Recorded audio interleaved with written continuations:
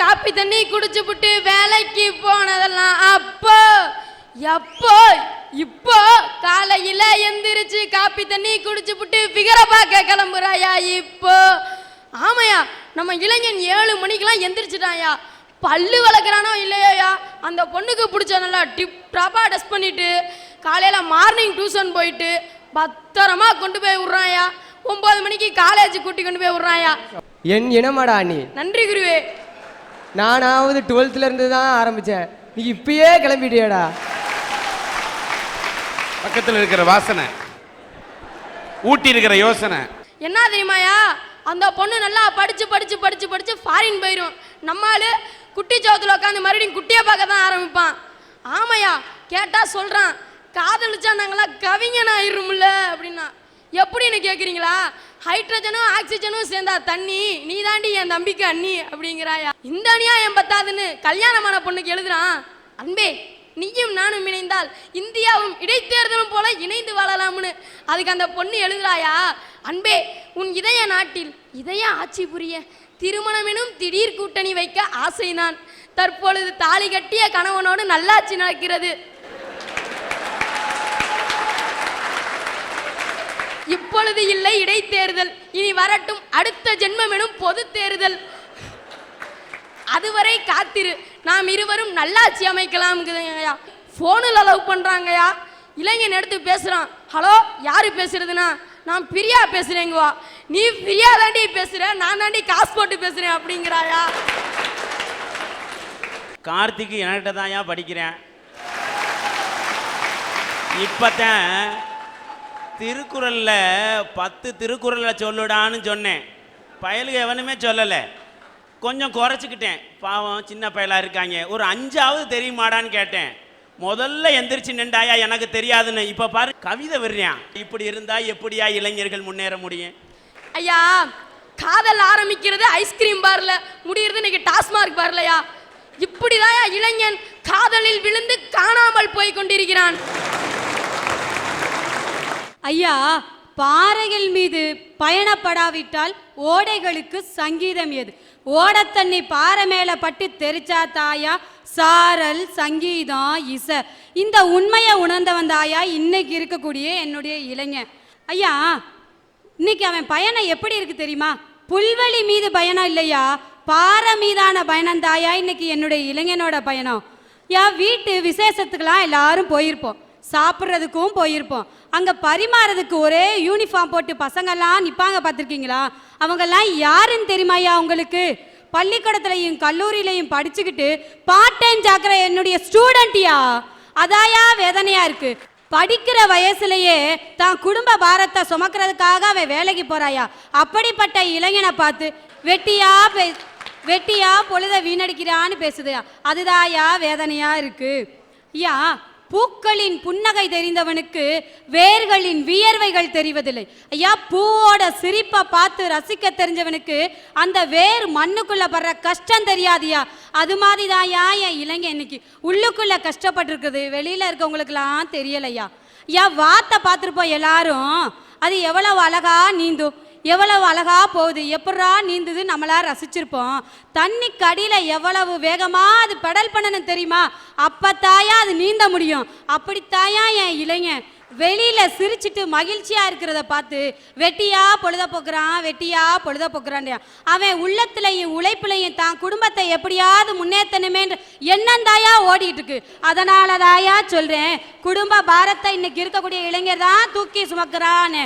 ஐயா, மேல்நாட்டு மோகத்தில் இன்னைக்கு யாரும் வேலைக்கு போலையா, குடும்ப பாரத்தை சுமக்கிறதுக்கு தாயா வேலைக்கு போறான். உன்னதமான உறவை பிரிஞ்சு நல்ல நண்பர்களை விட்டுட்டு ஐயா உணர்வுகள் எல்லாம் உள்ளடக்கிக்கிட்டு என் பாலைவனத்துல போய் வாழணும்னு யாராவது ஆசைப்படுவானா? ஐயா, இந்த அம்மா சொல்லுதாவோ. என்ன சொல்றாங்க? இந்த ஊர்ல உள்ள மரம் என் வீட்டுல மரம் வளர்த்துருக்கேன் ஐயா. என் வீட்டு மரம் என் வீட்டில் என் நிழல் கொடுக்காம பக்கத்து வீட்டில் போய் நிழல் கொடுத்துச்சுன்னா என் நெஞ்சு எப்படியா இருக்கும்?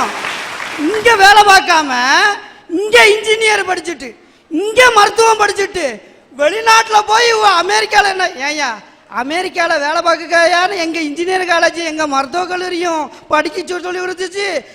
என்னாச்சு? எல்லாரும் தமிழ்நாட்டில் பிறந்திருக்கான். தமிழ்நாட்டில் தமிழ் விட்டு நம்ம விட்டு பிள்ளைங்கெல்லாம் தமிழில் பேசினா யாருக்கு பிடிக்குது? Mummy daddy. ஆங்கிலத்தில் பேசினா யாரும் பிடிக்குது? நல்ல வித்துலாம் வெளிநாட்டுக்கு போயிட்டுனா என் ஊர்ல சொத்தையா வச்சு நாங்க இது பண்ண முடியும்? வாஞ்ச டாக்டரையும் வாஞ்ச இன்ஜினியர்ட்டையும் நாம வைத்தியம் பார்க்க முடியும்? ஐயா எப்ப தெரியுமா அந்த பாலைவன பூமி கூட சோலைவனமா மாறும்? அவன் மனைவி அன்பா எழுதின கடிதம் வர்ற நாளும் அவன் மகனோ மகளோ அப்பான்னு சொன்ன முதல் வார்த்தையை கேட்காம ரெக்கார்ட் பண்ணி வச்சு அதை டெலிஃபோன்ல நம்ம பிள்ளை பேசுறத கேளுங்கன்னு அந்த அவங்க வீட்டுல இருந்து போட்டு கேட்பாங்களையா, அந்த டெலிஃபோன் சத்தத்துலயா கண்ணீர் வடிச்சுக்கிட்டு இருக்கான். அப்படிப்பட்ட இளைஞனை பார்த்து நீங்க என்ன பேச்சு பேசுறீங்க? ஐயா குவைத்துல 80 மாடி கட்டடத்துல தலகீழா நின்னு என் இளைஞன் கஷ்டப்பட்டுட்டு இருக்காயா. எதுக்காக? தான் குடும்பம் தலை நிமிரணும்ன்றக்காக. அவன் பாதாளத்தை பார்த்தாலும் தான் குடும்பத்தை வாணும் அளவுக்கு உயர்த்தணும்னு கஷ்டப்படுறானே, இன்னும் தொங்கிக்கிட்டு இருக்கானே, அந்த இளைஞன் குடும்ப பாரத்தை தூக்கி சுமக்கிறான் தாயா பேச வந்திருக்கிறேன். அந்த தலகளா தொங்கிட்டு இருக்க கயிறு ஒரு நிமிஷம் அருந்து விழுந்துச்சுன்னு வச்சுக்கோங்க, கந்து வட்டிக்கு கடனை வாங்கி அனுப்பின பெத்தவங்க கனவுளோடு இந்தியால காத்துட்டு இருப்பாங்க. தான் பையன் இறந்து போயிட்டான்னு தெரிஞ்சிச்சுன்னு வச்சுக்கோங்க, எல்லாரும் தூக்கு மாட்டிக்கிட்டு சாக வேண்டியதாயா. இந்த பாரம் தேவையா? இந்தியால இருந்தே கஷ்டப்படலாம்ல. சினிமா தியேட்டர் எடுத்துக்காங்க சார், ஒரு தலைவர் படம் ரிலீஸ் ஆயிட்டா போதும், கூட்டத்துல முந்தி அடிச்சுட்டு போய் முதல் நாள் உட்காந்து படத்தை பார்த்துட்டு சொல்றியா? ஏய், தலைவர் படத்தை முதல் நாள்ல முதல் டிக்கெட்ல பார்த்துட்டோம்லன்னு சொல்றான் சார். இதுவா சார் இன்னைக்கு இளைஞனோட சாதனை? இதே ஒரு இளைஞன் ரேஷன் கடையில முந்தி அடிச்சுக்கிட்டு போய் 1 கிலோ அரிசி வாங்கிட்டு வந்து வீட்டுக்கு கொடுக்கட்டும் சார், பெத்தவங்க பூரிச்சு போயிடுவாங்க சார். ஒரு பெத்த தாய் தகப்பனுக்கு பாத பூஜை செய்யாதவன் யாரா ஒருத்தருக்கு பாலாபிஷேகம் பண்றா சார் இன்னைக்கு இருக்க இளைஞன். நம்ம காந்தியடிகள் சொல்லுவாரு, ட்ரெயின்ல போறப்ப தான் எல்லா லெட்டருமே நான் எழுதுவேன், ஏன்னா ட்ரெயின் பயணம் கூட வேஸ்ட் ஆகக்கூடாதுன்னு அவர் நினைக்கிறாரு சார். அப்ப கூட இருந்த ஒருத்தர் கேட்டாராம், ஏன் தாத்தா உங்களுக்கே வயசாயிருச்சே, நீங்க படுத்து ரெஸ்ட் எடுக்க வேண்டியதானே அப்படின்னு சொன்னாராம் சார். அதுக்கு நம்ம காந்தி என்ன சொன்னாராம் தெரியுமா? நான் படுத்துட்டா படுத்திருக்க இந்தியாவை இந்திய இளைஞர்களை யார் தலை நிமிர்த்துறது அப்படி சொன்னாராம் சார் நம்ம காந்தியடிகள். அப்படிப்பட்ட காந்தி மகான் பிறந்த இந்த தேசத்துல பிறந்த இன்னைக்கு இளைஞர்கள் ஓடி ஆடி உழைச்சு சம்பாதிக்க வேண்டிய இந்த வயசுல உட்கார்ந்து சாப்பிட்டா சார், உட்கார்ந்து சாப்பிட வேண்டிய வயசுல நம்ம இளைஞன் யார் கைய சார் எதிர்பார்த்துட்டு இருப்பா? குடி கொல்ல சூதாட்டம் அத்தனையும் கெட்டு சின்ன பின்னமா சீர் குலைஞ்சிட்டு இருக்கா சார் இன்னைக்கு இருக்க இளைஞன். ஆடுங்கடா மச்சி ஆடுங்கடா, அழகான பொண்ணை பார்த்து தேடுங்கடா, பாடுங்கடா மச்சி பாடுங்கடா, பாவாட பின்னாலேயே ஓடுங்கடா, குத்த வச்ச பொண்ணு எல்லாம் அத்தை பொண்ணுதான், மத்த பொண்ணு எல்லாம் இந்த மாமன் பொண்ணுதான், கை நீட்டி கூப்பிடுதே 2 கண்ணுதான். இந்த பாட்டை பாடும் போதே ஒவ்வொரு இளைஞனோட உள்ளத்துல இருந்து ஆசை வெள்ளம் ஊற்று எடுக்குதையா. ஐயா என் காதலை பத்தி சொல்றேன் கேளுங்க. முத ஒரு பொண்ணை பார்க்க போனேன். அவ்வளோ அழகா இருந்தாலா, பேசி தனியா கரெக்ட் பண்ணி கூட்டிட்டு போலான்னு பேசினையா. அந்த சண்டாளி வந்த உடனே ஒரு அழகான வார்த்தை சொன்னா, அற்புதமான வார்த்தை சொன்னா, சிறப்பான வார்த்தை சொன்னா, எந்த காதலன்னு காதலிட்ட கேட்கக்கூடாத வார்த்தை, கேட்க விரும்பாத வார்த்தை. இப்படி வந்து நின்றுட்டாயா பவ்யம் நின்றுக்கிட்டு, அண்ணே என்கிட்ட ஏதோ பேசணும்னு சொன்னீங்களாமே, என்ன பேசுங்கண்ணேன்னா. நான் அப்படியே ஷாக் ஆயிட்டேன். வாடிப்பட்டி தேடி வந்து கூட பேசுறேன், நீ இடத்த காலி பண்ணுன போயிட்டா. நான் தளர்ந்துடலையே, முதல்ல ஃபெயிலியரு. என் முகத்தில் ஏதாவது அதுக்கான அறிகுறி ஏதாவது தெரியுதா? மறுநாள் இன்னொரு பின்னாடி 4 நாள் ரவுண்ட் அடித்தேன். 4 நாள் அவள் சும்மா இருந்தவ 4ஆம் நாள் என் பின்னாடி வராத பிரச்சனை ஆயிரும்னா. என்னம்மா பிரச்சனை ஆயிரும்னு கேட்டதுக்கு சொல்கிறாயா, என் பின்னாடி எங்கள் அக்கா வர்றான்னா. நான் சொன்னேன், செல்லமே நீ கவலைப்படாத, உங்கள் அக்கா பின்னாடி எங்கள் அண்ணன் வர்றேன்னு. அதையும் கேட்காம அதுக்கு பின்னாடி எங்கள் அம்மா வேற வர்றாயான்னா. அம்மா வந்தா வரட்டும், அதுக்கு பின்னாடி எங்கள் அப்பா வர்றாருன்னு. அட மானங்கட்ட குடும்பமே, இப்படி கொட்ட குடும்பத்திலேயா நான் வாழ்றதுன்னு அவளும் துப்பிட்டு போயிட்டா. இருந்தாலும் நான் விடலையே.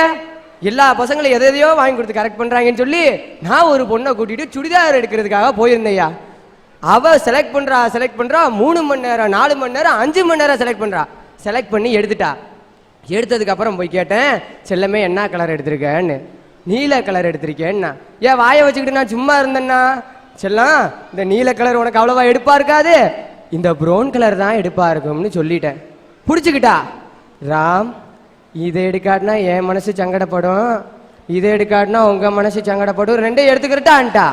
என் பாக்கெட்ல இருந்தது சமஸ்டி பீஸ் கட்ட வச்சிருந்தது 750. கொடுத்துட்டு வந்தவொடனே வெளியில சொல்றா வந்து, ராம் நீங்க ரொம்ப நல்லவரா இருக்கீங்க, அதனால ஐ லவ் யூன்னு சொல்லிட்டு போயிட்டா. இதுல இருந்து என்ன தெரியுது? ஏல நீ உருப்பட மாட்டேன்னு தெரியுது மாப்பிள. அதுதான் இல்ல, அதுதான் இல்ல. இந்த லவ் எங்களுக்கு என்ன கத்து கொடுக்குதுன்னு தெரியுமாயா? ஊக்கத்தை கத்து கொடுக்குதியா, முயற்சியை கத்து கொடுக்குதியா. ஒரு தடவை தோல்வி அடைஞ்சிட்டா விட்டுறாத, போராடு போராடு போராடு போராடுன்னு மூணாவதா ஒரு அழகான லவ்வரை எனக்கு காட்டுச்சு. அந்த காதலை பத்தி தப்பா பேசுறதுக்கு இத்தனை பேர் வந்திருக்கீங்கன்னு நினைக்கும் போது எனக்கு ரொம்ப வருத்தமா இருக்கியா. ஒவ்வொரு இளைஞனுக்கும் வழி நடத்துறதுக்கு யார் இருக்கான்னு தெரியுமாயா? அவனோட காதலி தான்யா. நிறைய கத்து கொடுக்குறாயா, சகிப்பு தன்மையை கத்து கொடுக்குறாயா. அவளை பார்க்கறதுக்காக போறான், பஸ்ல ஃபுட்பால்ல தொங்குறான், டிரைவர் திட்டுறாரு, அட்டா நாசமா போறவன, உருப்படாத பையில, தர்த்திரம் பிடிச்சவன, ஏன்டா நானே 6 மாசம் சஸ்பெண்ட் ஆனதுக்கு பிறகு இப்ப இருந்தே வந்திருக்கேன், ஏன்டா அப்படி வெளியே தொழில் வந்து தொல்லடா அப்படிங்கிறாரு. அதையெல்லாம் நாங்க சகிச்சுக்கிறோம்.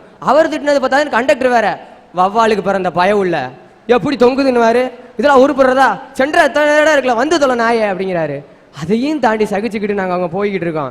அவங்க கோயிலுக்கு போவாங்கய்யா, அவங்க பிரகாரத்தை சுற்றுவாங்க, நாங்கள் அவளை சுற்றுவோம். பிரகாரத்தை அவ சுத்த, அவளை நான் சுத்த, என்ன அவ சுத்த, அவளை நான் சுத்த, அவளை நான் சுத்த, என்ன அவ சுத்த. இப்படியே 9 மணி ஆகி போச்சு. ஐயர் வந்தார், டே அம்பி காலையில் 6 மணிக்கு சுற்ற ஆரம்பிச்சது நைட்டு 9 மணி வரைக்கும் சுத்துறே இல்லையடா, விலங்குவேலா அப்படின்னு சொல்லி திட்டுறாரு. அந்த இடத்துலையும் நாங்கள் சகிப்பு தன்மையை வர வச்சது என்னோட காதல் தானே சார். அப்படித்தான் போய் இதே ஞாபகத்தில் வீட்டில் போய் படுத்துட்டேன். படுத்து அழகே பிரம்மனிடம் மனு கொடுக்க போயிருந்தேன், நீ என் மனைவியாக வேண்டுமென்று, ஆண்டு பல காத்திருக்க வேண்டுமென்று அவன் சொன்னான், ஆயுள் வரை காத்திருப்பேன் என்று நானும் சொல்லி வந்தேன். சொல்லி முடிக்கிறக்குள்ள உடனே ஒரே அடி. யாரும் அதுன்னு பாக்குறேன், எங்க அப்பா. ஐயா ஏடா மாப்பிள, என்ன மாமா பொண்ணு இருக்கா? நான் எங்க அக்கா மகனே ஒன்னு பாசத்தோட எல்லாம் மாப்பிள்ளைன்னு கூப்பிட்டா, திருநெல்வேலிக்காரனுக்கே அல்வாவா, நாங்க உலகத்துக்கே அல்வா கொடுத்துட்டு இருக்கட்டா. நான் அன்பா மாப்பிள்ளைன்னு சொன்னா உன் வீட்டுல பொண்ணு இருக்கான்னா, அதாவது இதே மாதிரி தான் எங்க ஊர்லயும் இடக்கு மடக்கு பயில நிறைய உண்டு. இல்லை இன்னும் கல்யாணம் முடியலன்னா உன் வீட்டுல பொண்ணு குத்த வச்சிருக்காங்க. இந்த மாதிரி பயிலோட்ட பேசும்போது கொஞ்சம் அடக்கி தான் பேச வேண்டியிருக்கு. ஐயா நான் 9th பாஸ் பண்ணதுக்கு காரணமே என்னோட காதலி தான் ஐயா. எப்படின்னு கேட்பையா, டெய்லி டியூஷன்லாம் ஒன்றும் எடுக்கல. நான் ஒரு வாத்தியார் மகளை லவ் பண்ணேன்னா லெட்டர் எழுதி வச்சிருந்தேன். லாஸ்ட் எக்ஸாமு எழுதி முடிச்ச உடனே எக்ஸாம் பேப்பரோட லெட்டர் எழுதி கொடுத்துட்டேன்.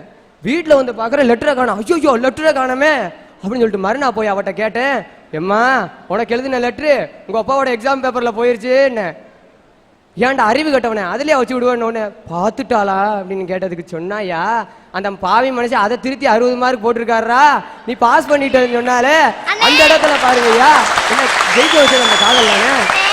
அதையாவது ஒழுங்கா தப்பு இல்லாம எழுதிருந்தீங்கன்னா 100 மார்க் கிடைச்சிருக்கும்லனே. ஐயா எங்க பக்கத்து வீட்டில் ஒரு பையன் எல்லா கெட்ட பழக்கத்தையும் தன்னகத்தை கொண்டவனா இருந்தான். கஞ்சா, தண்ணி, தம்மு, பீரு, பிராந்தின் எல்லா கெட்ட பழக்கமும் கொண்டவனா இருந்தான். அவங்க அப்பா அம்மா சொல்லி பார்த்தாங்க, டே இது வாழ்க்கைக்கு ஒத்து வராதுரா, உனக்கு சீரழிச்சிருன்னு சொன்னாங்க, கேட்கல. அவனோட ஃப்ரெண்ட்ஸ் சொன்னாங்க, கேட்கல. உறவுக்காரவங்க சொன்னாங்க, கேட்கல. ஆஸ்பத்திரியில் போய் அட்மிட் பண்ணாங்க, டாக்டர் ட்ரீட்மெண்ட் கொடுத்தாரியா, அதுக்கப்புறமும் கேட்கல. அவனும் ஒரு பொண்ணை லவ் பண்ணாயா, அவ சொன்னா ஒண்ணு இந்த கெட்ட பழக்கத்தை விட்டுரு, இல்ல என்ன விட்டுருன்னு சொன்னா, மறுநாளே தன்னகத்துல இருந்த அத்தனை கெட்ட பழக்கத்தையும் விட்டானே. தன் பெத்தவங்க சொல்லி கேட்காதவன், தன் உறவுக்காரங்க சொல்லி கேட்காதவன், 5 வருஷம் முக்கி படிச்ச டாக்டர் சொல்லி கேட்காதவன் அவ சொல்லி கேட்டானே. இங்கேதாயா காதல் நிக்குது. ஐயா ஒரு பேருந்து விபத்துக்குள்ளாயுது அப்படிங்கிறதுக்காக எல்லா பேருந்துலையும் நம்ம ஏறாம இருக்கிறது இல்ல. அது மாதிரி தாயா ஒரு காதல் தோல்வியில முடிகிறதுக்காக எல்லா காதலையும் தப்பா பேசுறது எந்த வகையிலையா நியாயம்? அதனாலதான் சொல்றேன், இன்றைய இளைஞர்கள் காதலிச்சு காணாம போகல, என்ன மாதிரி வெற்றி அடைஞ்சுக்கிட்டு தான் இருக்காங்கன்னு சொல்றேன். ஒரு பேருந்து மோதுனா எல்லா பேருந்தும் மோதாது, நான் ஒத்துக்கிறேன். ஆனா அந்த ஒரு பேருந்து மோதுனதுக்காக எல்லாம் பயப்படுவாங்க, அந்த பேருந்து மோதிருமோன்னு. அந்த பயம் இன்னைக்கு எல்லார் பெற்றோர் மனசை உருவாக்கிட்டு இருக்கியா. என் நண்பன் 12th நல்ல மார்க் எடுத்துட்டான், இன்ஜினியரிங் போக முடியல, குடும்ப பாரம், என்ன பண்றது, டிகிரி கோர்ஸ் எடுத்து படிக்கிறான். அங்க படிக்க முடியல, செமஸ்டர் ஃபீஸ் கூட இன்னும் கட்டல. அந்த கஷ்டத்துலயும் நைட்டும் பகலுமா பெயிண்ட் அடிக்கிற வேலைக்கு, தோட்டத்து வேலைக்கு, எல்லா வேலைக்கும் போறான். என்ன பண்றது, அவனுக்கும் காதல் வந்துச்சு. அன்ன வரைக்கும் குடும்ப பாரத்தை தூக்கி சுமந்துக்கிட்டு இருந்த அவன் அந்த காதல் எங்கேயோ படிக்கிறானா, அவளை போய் பார்க்கறதுக்காக அந்த காசு செலவழிக்கிறாயா. குடும்ப பார்த்து தூக்கி சுமந்துட்டு இருந்த இளைஞன் ஏன் அந்த காதல் நோய் வந்தவனே தடுமாறி போறான்? இளைஞன் இருக்காயா அப்படி, ஆனா அந்த காதல்ங்கிற நோய் வந்தவனே அவன் மாறி போயிடுறான். என்னால தனியா குடும்ப பாரத்தை சமக்க முடியல, அதனாலதான் அவளையும் துணைக்கு கூப்பிட்டு 2 பேரும் சேர்ந்து சமக்கிறோம்மா.